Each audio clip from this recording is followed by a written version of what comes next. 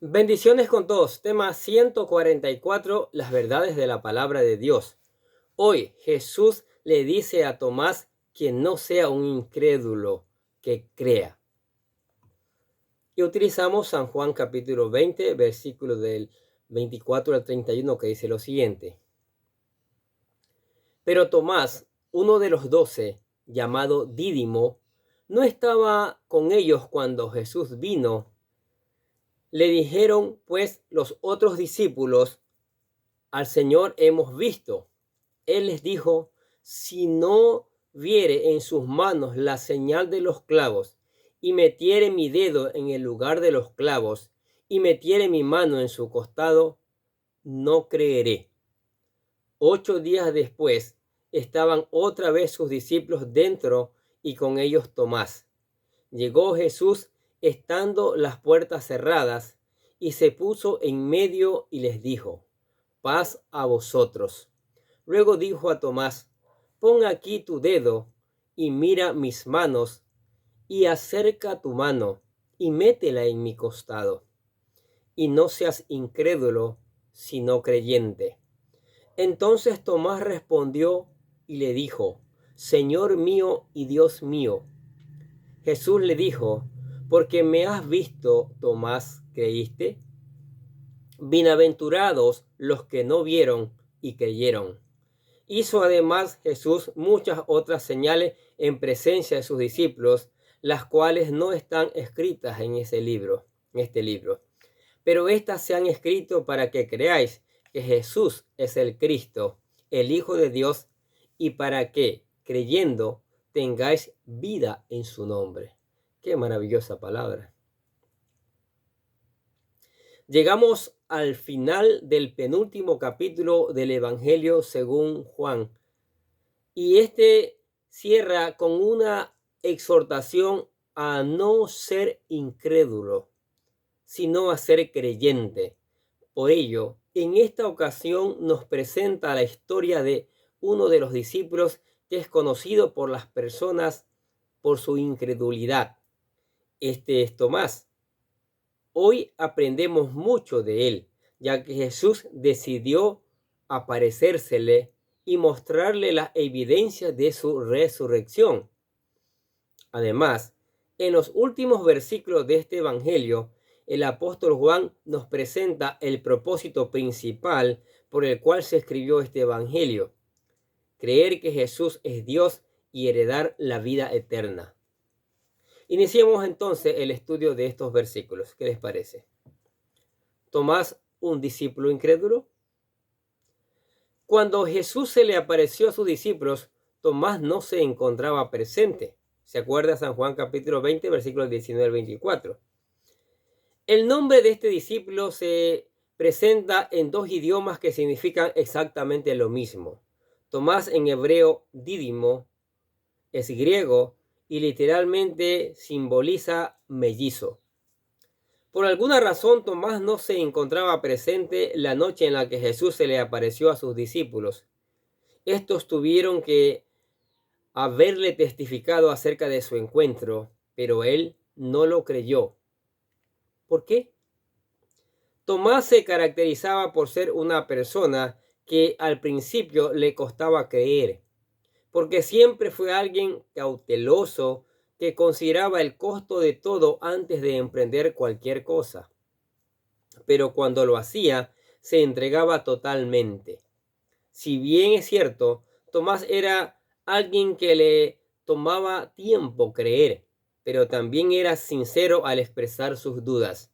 Y aquí les dice a sus compañeros que a menos que vea con sus propios ojos las heridas de su maestro, no creería que ha resucitado. Así, Tomás nunca temió hacer públicas sus inquietudes. Mira lo que dice San Juan capítulo 14, versículos 5 y 6. Le dijo Tomás: Señor, no sabemos a dónde vas. ¿Cómo, pues, podemos saber el camino? Jesús le dijo: yo soy el camino y la verdad y la vida.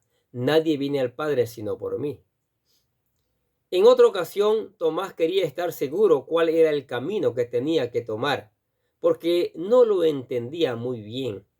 Él nunca temió preguntar a Jesús todas sus dudas, porque se trataba de una persona que siempre consideraba todo lo que iba a hacer antes de intentarlo, pero cuando lo hacía, estaba dispuesto a entregarse totalmente, aunque esto le diera miedo y pudiese significar la muerte. Mire lo que dice San Juan capítulo 11, versículo 16. Dijo entonces Tomás, llamado Dídimo, a sus discípulos: vamos también nosotros para que muramos con él. Así era Tomás, una persona demasiado cautelosa, que no creía a la primera, que siempre pensaba y consideraba todo lo que iba a hacer, pero una vez que creía, se entregaba a la causa con fidelidad. En esta ocasión, Tomás no se encontraba cuando Jesús se le apareció a los discípulos. Realmente no sabemos por qué él no se encontraba presente ese día. Algunos opinan que, considerando el carácter cauteloso de Tomás, se retiró aparte para considerar a solas todo lo que había pasado. Como haya sido, aquel día Tomás no estaba, y aunque sus compañeros le dieron las nuevas buenas, él pidió evidencias para creer. Jesús se le aparece a Tomás para que crea. Increíblemente, Jesús le presenta todas las evidencias de su resurrección a Tomás para que éste se vuelva creyente. ¿Cuáles son? 8 días después, estaba otra vez sus discípulos dentro, y con ellos Tomás.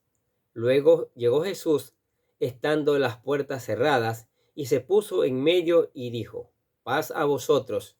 Luego dijo a Tomás: pon aquí tu dedo y mira mis manos, y acerca tu mano, y métela en mi costado, y no seas incrédulo, sino creyente. Prácticamente Jesús volvió a hacer otra aparición a la siguiente semana, al siguiente domingo, después de habérseles aparecido a los otros discípulos un domingo anterior. Curiosamente, Jesús sigue apareciendo el domingo y no el sábado, que era el día de reposo de los judíos. Así fue un domingo que resucitó.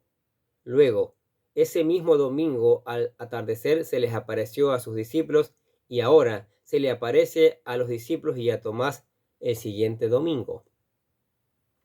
Tomás insistió en que no creería a menos que, dice, si no viere en sus manos la señal de los clavos, y metiere mi dedo en el lugar de los clavos, y metiere mi mano en su costado, no creeré. Y Jesús le complació, mostrándole exactamente lo que él quería ver. Mire, luego dijo a Tomás: pon aquí tu dedo y mira mis manos, y acerca tu mano y métela a mi costado, y no seas incrédulo, sino creyente. Esta historia, donde alguien pide evidencias para creer, nos recuerda a la ocasión cuando Gedeón pidió también una comprobación para creer que Dios le respaldaría en su incursión en contra de sus enemigos. Sí, mire, vamos a leer esta historia. Jueces capítulo 6, versículo del 36 al 40. Y Gedeón dijo a Dios: si has de salvar a Israel por mi mano, como has dicho, he aquí que yo pondré un vellón de lana en la era, y si el rocío estuviera en el vellón solamente, quedando seca toda la tierra, entonces entenderé que salvarás a Israel por mi mano, como lo has dicho. Y aconteció así, pues cuando se levantó de mañana, exprimió el vellón y sacó de él rocío, un tazón lleno de agua. Mas Gedeón dijo a Dios: no se encienda tu ira contra mí, si aún hablare esta vez. Solamente probaré ahora otra vez con el vellón. Te ruego que solamente el vellón quede seco y el rocío sobre la tierra. Y aquella noche lo hizo Dios así. Solo el vellón quedó seco, en toda la tierra hubo rocío. Qué maravilloso, hermano. Dios es maravilloso. Gedeón quería que Dios le confirmara que realmente él era el hombre que había elegido para liberar a Israel, y en ese sentido, de manera quizás algo atrevida, pidió pruebas o señales para confirmar tal cosa. Y lo interesante de todo esto es que Dios accedió a complacerlo. Y después de eso, la confianza de Gedeón se afirmó. Así, Tomás estaba en un punto donde todavía le costaba creer, y a menos que viera las heridas de Jesús y metiera su mano en su costado, éste creería, y por ello nuestro Señor se le apareció. Ahora Tomás ya cree, ¿no? Con todas estas evidencias. Aquí vemos la reacción final de una persona que siempre consideraba y pensaba mucho lo que iba a hacer, pero cuando entendía el costo de todo, se entregaba de todo corazón a la causa. Pero al final reconoció a Jesús como su Señor y Dios y le adoró como tal. Dice el texto: entonces Tomás respondió y le dijo: Señor mío y Dios mío. Desde este momento aquel hombre incrédulo no dudó más, sino se convirtió en un fiel creyente, y según la tradición basada en un libro apócrifo llamado Los Hechos de Tomás, se dice que fue el encargado de viajar a la India, donde predicó el Evangelio y murió, no sin antes haber plantado la semilla de la palabra en el corazón de las personas de ese lugar. Hoy en día en la India existe una comunidad cristiana llamada la Iglesia de Santo Tomás, que de algún modo trata de verificar esa tradición como verídica. Como haya sido, aquel día Tomás creyó que Jesús era el Señor y Dios. Nosotros debemos creer en la palabra de Dios, porque si bien es cierto, a Tomás se le dio el privilegio de ver para creer, pero nuestro Señor nos dice que son más bienaventurados aquellos que creen sin ver. Leemos el texto. Jesús le dijo: porque me has visto, Tomás, creíste. Bienaventurados los que no vieron y creyeron.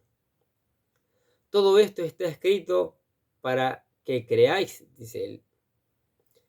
El detalle de Jesús de aparecerse a Tomás y mostrarle sus heridas nos hace pensar en el deseo de Dios de que creamos en su Hijo amado, y por ello el apóstol Juan nos dice que por esta razón Jesús hizo muchas señales, y algunas de estas se escribieron en este evangelio para que todo aquel que la lea crea que Jesús es el Hijo de Dios y tenga vida eterna.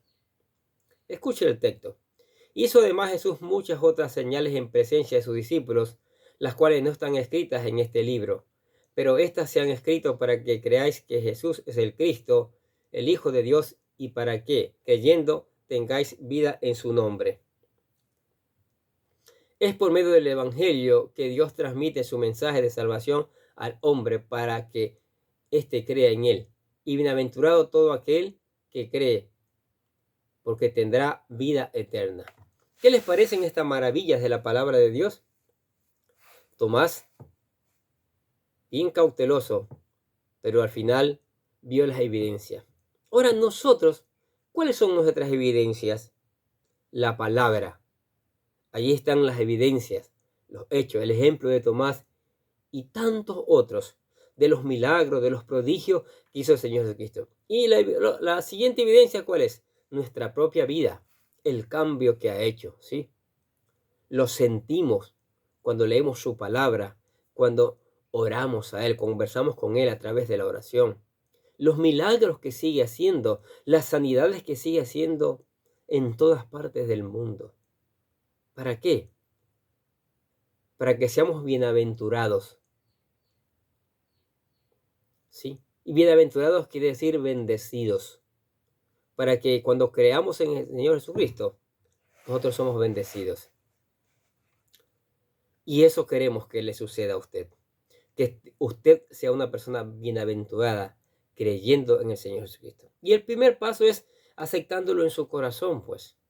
El primer paso es invitándolo a vivir a su vida, a entregarle todo lo suyo para que Él sea su Dios, su Señor y su Rey.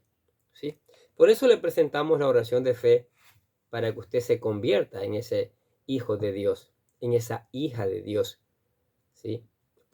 La oración dice así: querido Dios, sé que soy un pecador y que nada de lo que hago puede hacerme ganar el cielo o la vida eterna. Creo que Jesucristo murió por mí, derramando su sangre para lavar todos mis pecados para ser redimido, y que se levantó de la tumba al tercer día. Ahora mismo lo recibo como mi Salvador personal, confiando solamente en Él como mi único camino al cielo. Señor Jesús, séllame con tu Espíritu Santo y escribe mi nombre en el libro de la vida. Y decimos, gracias, amado Padre Celestial, por regalarme la vida eterna. Maravilloso ser un hijo de Dios. Si usted lo hizo, aliméntese cada día con la palabra. Lea la palabra, ahí están las historias, ¿sí?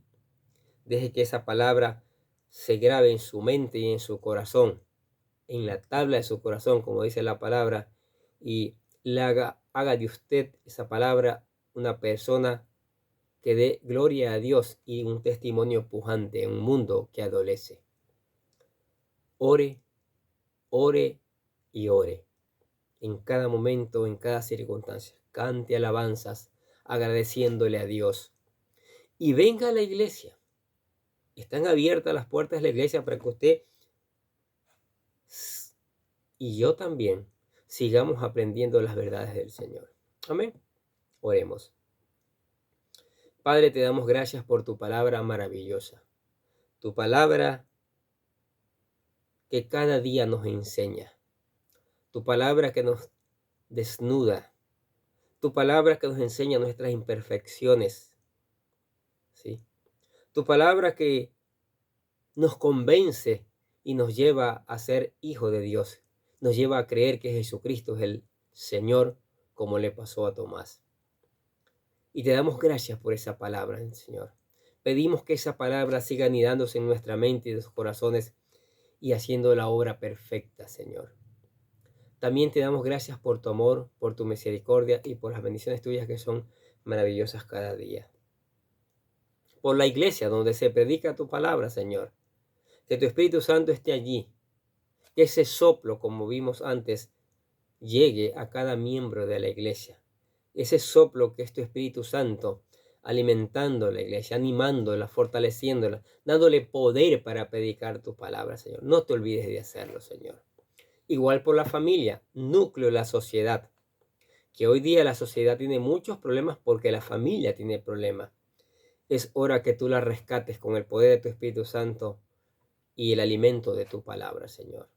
Para que se levante esa familia, núcleo de la sociedad, para que se levante la sociedad, una sociedad que honre tu nombre, que te adore. También te damos gracias, Señor, por los amigos, por los vecinos, por los compañeros, por todos aquellos que cada día se dan unos minutos para escuchar la palabra. Que tu Espíritu Santo haga que esta palabra cumpla su propósito. Que esta palabra caiga en tierra fértil. Que esta palabra germine y dé fruto abundante, fruto que permanezca. Que dé honra y gloria a tu nombre, Señor. Por eso te alabamos en el nombre del Señor Jesucristo. Y decimos amén. Y los bendecimos a ustedes que escuchan la palabra de Dios cada día. Sigamos escuchando, sigamos poniendo en práctica, sigamos reenviando a otros para que también conozcan estas verdades maravillosas. Y nosotros desde acá les deseamos que tengan un día lleno de bendiciones.